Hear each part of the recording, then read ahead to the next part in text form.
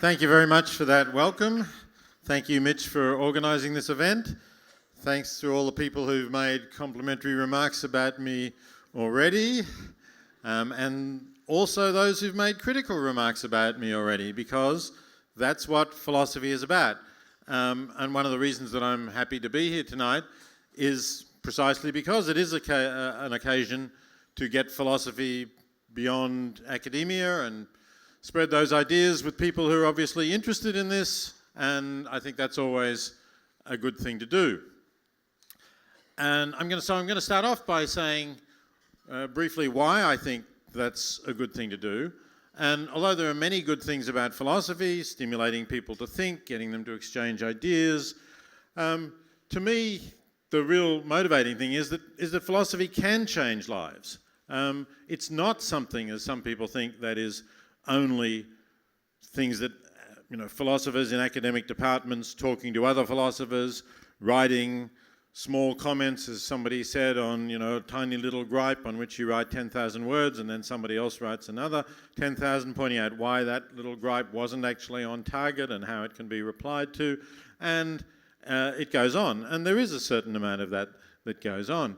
But I think it's really important not to lose sight of the fact that there are major things at stake, because philosophy starts by asking, how ought I to live? You go back in the Western tradition to Socrates, who roamed around Athens asking Athenians, what is justice, for example? And Steph wasn't around to say, well, actually, it's the obligations of all of us collectively that we need to start with. But, he started thinking that kind of thing and essentially saying, you need to examine your lives, you need to ask yourselves how you ought to be living. That's no small thing. So there have been periods when philosophy has not lived up to that idea. There's been periods when philosophy was very much focused on analysing the meanings of words. That's actually a period that was still going when I was an undergraduate at the University of Melbourne in the 1960s. And I count myself as very fortunate that just around that time, and I think not coincidentally with the fact that there was then a big student movement, anti-war movement, anti-Vietnam War, for those who weren't born at that time, and this is ancient history, but there was a war in Vietnam that students protested about, anti-racism, civil rights in the South, and so on. All of that was going on, and there was a demand for relevance in courses, and I was part of that, and it was possible for philosophy to change. It was possible for philosophy to stop simply talking about what do we mean when we say something is good or when we say that you ought to do something, and actually start discussing the substantive topics. I should say resume discussing, because that, I think, is the historic mission of philosophy, but to resume discussing those substantive questions about how we ought to live, about what is good, what's not, what's justice, how important is justice.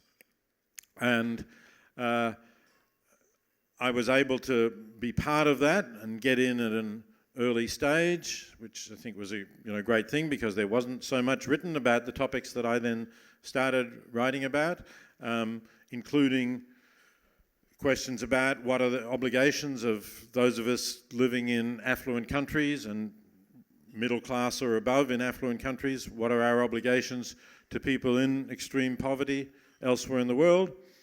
And also, is the way that we treat animals when we turn them into things that we eat, is that something that's ethically defensible? What is the moral status of animals? Are they just things for us to use, or are they beings with lives of their own to live? So those are two areas, not the only things that I've worked on, but those are two areas where I think it's really clear that if you think about that, you're going to see that it can make a difference to the way you live your life. It's going to make a difference in terms of what you do with your life, your career, what that goes to, and make a difference every day in terms of what you eat. And even Josh Neal, even if it's only for 1 year that it made a difference. Okay, I mean, it still made a difference. And there are other people who've stuck at it rather longer, I'm happy to say. So it's really quite amazing in a way when you think about it. It's amazing that we can start with these pretty deep academic questions, and then we can get to a point where we're changing what people eat, or we're changing the way they live, we're changing what they decide to do with their lives. And it's not that we're changing this by saying, I'm a leader, here are my ideas, follow me. We are familiar with cults where people have had a certain charisma and led people to follow them. But it is actually by reason and argument, by the sorts of things that we've been hearing tonight. From John initially, who gave an interesting argument against the trolley problem solution, and by Steph, who gave a more sophisticated argument about, slightly more sophisticated, I don't want to put John down too much, about justice and group responsibilities as citizens of a country that is doing some things that aren't good. So that's what philosophy really thrives on, and yet it still manages to change people's views. Now, a lot of people who are cynical about human nature, some people who have been studying human psychology, sort of question whether this can really happen. They say, isn't reason just a kind of veneer that covers over what we want to do and the drives that we have? Well, I think the answer is clearly no. At least that's not true of everyone, because I've certainly seen people who have changed their lives on the basis of argument, and in ways that they were not initially particularly comfortable with or looking forward to doing. So some of those are changing what you eat, and I have to say, when I started thinking about the ethics of how we treat animals, I'd grown up here in Melbourne in the 50s and 60s, and we all ate meat. It was part of everyday thing, twice a day, sometimes 3 times a day even. So it was a bit of a shock to think that maybe this was something that I shouldn't have been doing and that I should change. But I know a lot of people who have been in that situation, and they have made that change on the basis of argument. And then in terms of the effective altruism movement, we're seeing a lot of people who, some doing a variety of different things. One of them obviously is giving money to effective charities, but also in terms of career choices. People do make career choices, as was said, in terms of, I think Mitch said, thinking about where can I do the most good, which might not be the obvious thing to do. I've had students, for example, who were originally thinking about going on with philosophy, going to graduate school, eventually going into academic life. It's quite an attractive life, I can tell you. I sort of thought about that myself and really enjoyed what I was doing. But some people have really asked the question, well, do we actually need more philosophy professors? There is a serious question there. We have quite a lot of people going to graduate school. Many of them are very good. If we advertise a job, especially a job that has prospects of being a continuing appointment, we get a huge number of qualified applicants. It's really hard to pick which ones are better than the others in many cases. So maybe there are things that you can do, and I've had students who have actually decided that what they ought to do is to try to earn a lot of money so they can give away a lot of money. And some of them have thrived in that and found the work actually interesting and challenging and have given away very substantial amounts of money.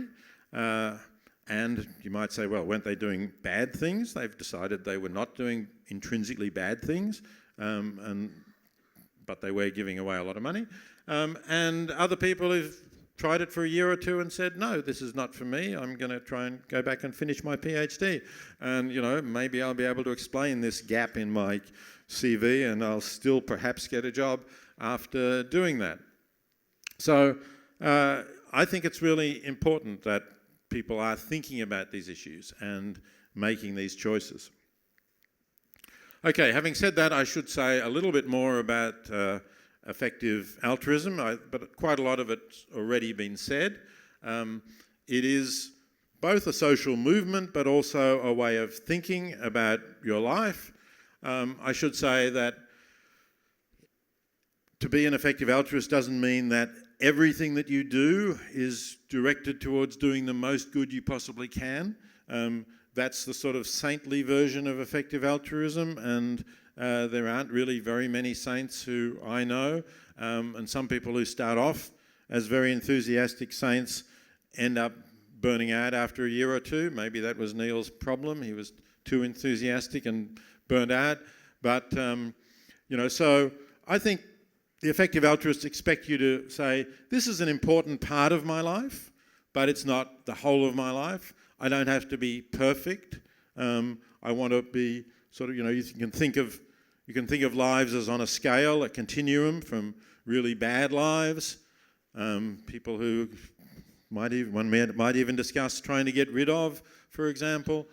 Though I think actually Neil is receiving pay secretly from Mike Pence, because he's the one who is going to benefit most by the course of action he was suggesting.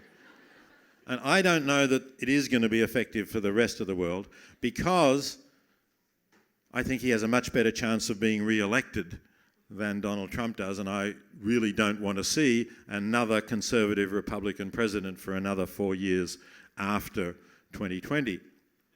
So, thank you. So,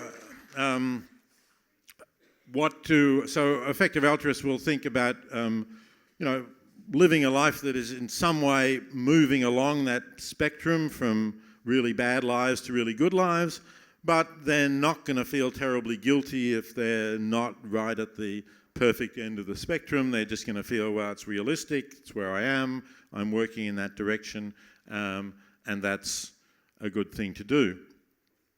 So I think I should also add that a lot of people I know who are living lives like this find them very fulfilling. They find that it really is a better life than a life in which you try and earn money and spend it on yourself. And you think, what more consumer goods can I now acquire which will in some way make my life better? So I think that when some people say, well, it's kind of a sacrifice, it's only a sacrifice in that rather conventional sense of self-interest, where we think that you're better off if you consume more, have more, generate a bigger pile of garbage that you leave behind at the end. So I think if you think of self-interest as something about making your life fulfilling and rewarding and meaningful and exciting, giving yourselves purposes that make you look forward to what you can do in the day, then I think effective altruism isn't really a sacrifice. Now, it is, as I say, that's the altruism part. It is focused on being effective, and Steph already mentioned GiveWell, which is one of the rigorous charity evaluators. These are relatively new. We've only had them in the last decade or so. Organisations that seriously have staff who are full-time looking for the best charities that they can find and evaluating them and then recommending them. And it's been an influential movement in the sense that we can talk about hundreds of millions of dollars now going to more effective charities than used to be the case. Through GiveWell, through an organisation that I founded called The Life You Can Save, which spun off the book I wrote of that title, which is also recommending effective charities and trying to spread that message. So that's another website you can look at, and incidentally, if you want to get involved, there is the Life You Can Save Melbourne group and the Life You Can Save Australia, so look that up online. We'd be happy to see you at meetings and, well, I won't be here very much longer. I'm going back to America, but I'm sure the people in the group will be happy to see you at meetings in future if you want to get involved in that. So what about this notion of effectiveness? As Steph said, it does tend to focus on well-being, not only human well-being. Well-being of animals is a part of effective altruism. So there's a vigorous debate going on about whether in fact we can do more good by focusing on human suffering or by focusing on trying to reduce the sufferings of the very large numbers of animals who humans inflict suffering on. And there are some people who think that some of the organisations are highly effective in reducing that suffering, and you can do more good there. And Animals Australia is, I think, the only Australian animal organisation that is on that list. It's not in the top ranked groups, but there's a separate organisation, I should say, called Animal Charity Evaluators that evaluates animal charities, but it's certainly one of the groups that is regarded as a sort of standout organisation.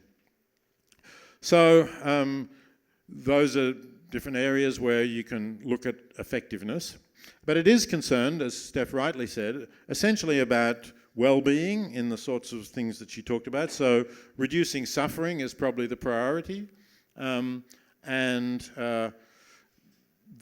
are things that we can do, as was said, by preventing children dying from malaria, by restoring sight or preventing blindness, by increasing people's means, giving cash to very poor families in developing countries, and by reducing animal suffering. And there's other groups of effective altruists who are concerned about reducing what they call existential risks, so reducing extinction risks that face our species, which is something worth thinking about, even though these risks are quite small. If the catastrophe is very large, then it's worth reducing very small risks too, and people tend not to be all that good at thinking about very small risks, so it's worthwhile trying to do something about those kinds of things.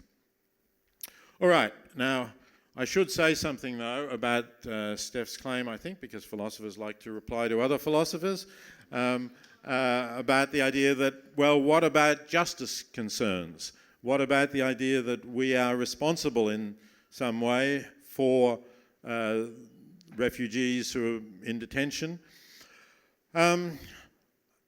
I certainly think that these are things that we ought to pay attention to. I think we ought to pay attention to them in the way we vote, and in being politically active as Australian citizens in a democracy. We can influence these policies, and we should do so. But I think that when it comes to asking questions like, where are you going to donate the amount that you can afford to give to effective charities? And by the way, Steph said $5. Steph, I think that's really a little small.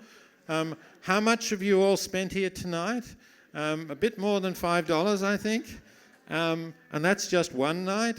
So, you could give up at least what you're prepared to spend for one night out, maybe even significantly more than that. So I hope that, there are people called, people who study the psychology of charity have these people they call warm glow givers. They're people who do give $5 or maybe $10 because they get a warm glow out of it, saying, oh, I've helped that good cause. But in fact, they haven't helped it because the administrative costs of processing $5 or $10 are greater than the benefit you can get out of it. So don't bother, save up, give us a more significant sum. But I was going to say, it's not just the question of whether there's an injustice that we are somehow contributing to. It's also how likely it is that your money is going to make any real difference to the prospects of people on Manus Island. And I think, regrettably, they're very, very small. They're very small because it seems that the two major parties are united in the idea that they're not going to let boat people become refugees in Australia, get accepted. And until that changes, and it's going to be a long road, I'm afraid, till it does change, because they think they'll lose votes out of it. So I think, you have to consider the odds that you're really going to make a difference, not just the numbers of people, that's relevant, of course, but you need to look for where you can make a difference, where you can have a reasonable expectation that you can make a difference. And yeah, I regret in a way that we can't make a difference here, or it seems very unlikely that we can make a difference here. And, I don't mind if you think, nevertheless, I want to do that because justice is one of the things that I think is important. But I think you should think of that as not really your effective altruism, as Steph said, it's your ineffective altruism, and it shouldn't take up too much of your resources, right? If it's something that you want to do, like you wanted to come here tonight, or you want to go to other maybe less intellectually serious events as well that you pay something for. Okay, as I said, we don't have to spend everything we've got on the most effective things, but I think we ought to think about the good that we can do, and I think to do that we really need to be forward-looking. We need to look at the consequences of our actions, and to look at the consequences of our actions we really need to see where can we make a difference, where can we get the biggest bang for our buck. And that's what the effective altruism movement is trying to do. Thanks very much.